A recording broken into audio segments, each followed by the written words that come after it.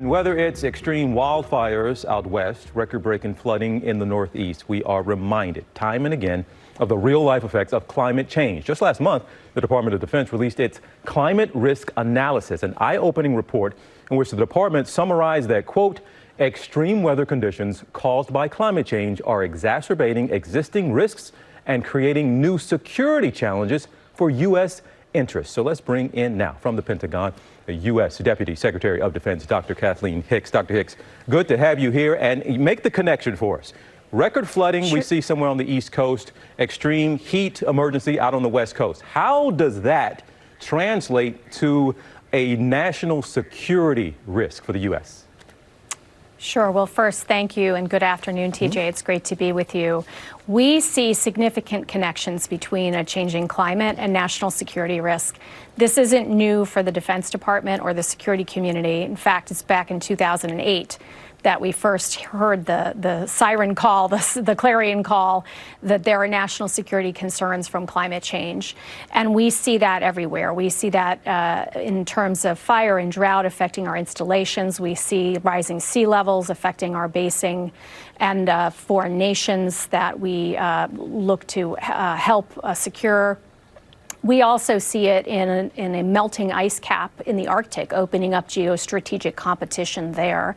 Everywhere we look, we see rising demand for our forces to fight wildfires.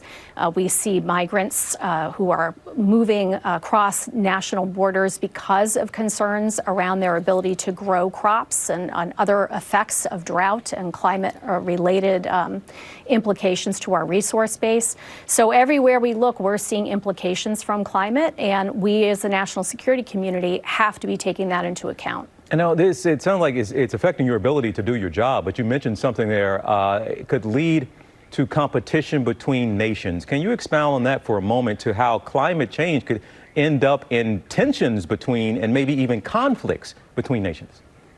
Sure. Well, first, I want to stress that we don't see climate change as directly resulting in conflict, but we do see it as exacerbating a range of challenges around the world. So if you look up in the Arctic region where the melting ice is opening up new channels for navigation, we see commercial shipping, research vessels, and in fact, increasing military presence up in the Arctic, specifically from Russia and to some extent from China.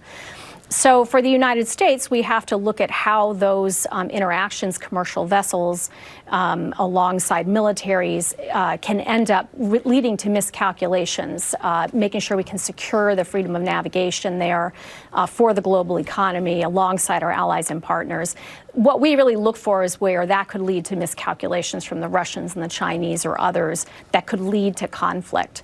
And then if we look at in a region like the Indo-Pacific, we see significant challenges of the existential crisis many island nations there have as rising seawaters may soon overwhelm them. Look at the Marshall Islands, which is predicted to be underwater by 2050.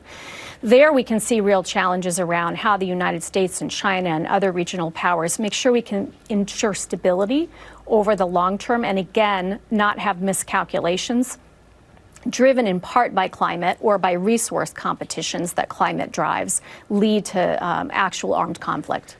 Dr. Hicks, is it true that the U.S. military is one of the largest individual consumers of fossil fuels in the world?